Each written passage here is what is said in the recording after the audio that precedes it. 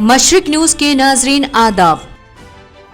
Corona virus से बचाव के लिए लॉकडाउन में भी लोग बाहर निकल रहे हैं। मरकजी हुकूमत ने कोरोना से एहतियात के लिए रियासतों को सख्त बरतने को कहा है। 5 रियासतों में कर्फ्यू समेत 30 रियासतों में 548 अजला में लॉकडाउन है। उत्तर प्रदेश की योगी हुकूमत ने अहम फैसला लेते हुए सभी अजला में 3 दिन के लिए लॉकडाउन किया है। 100 करोड़ से ज्यादा आबादी घरों में है। कोरोना वायरस के चलते इलेक्शन कमीशन ने ऐलान किया है कि राज्यसभा इंतखाब अगली हिदायत तक मुलतवी किया गया है। लॉकडाउन के दरमियान वजीर खजाना निर्मला सीतारमन ने इनकम टैक्स देने वालों, ताजिरों और कंपनियों को इनकम टैक्स रिटर्न में रियायत देते हुए और पैन आधार कार्ड लिंक करने की तारीख 30 जून तक बढ़ा दी है। अब 3 महीनों तक किसी भी एटीएम से पैसे निकालने पे चार्ज नहीं लगेगा। शाहीन बाग में 101 दिन से जारी CAA NRC के खिलाफ जारी एहतजाज आज खत्म हो गया। पुलिस ने ख्वातीन मुजाहिरीन को हटाया,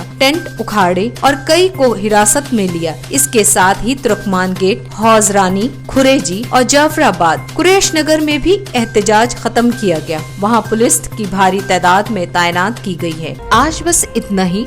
मशरिक न्यूज के नाजरीन, शब बखैर।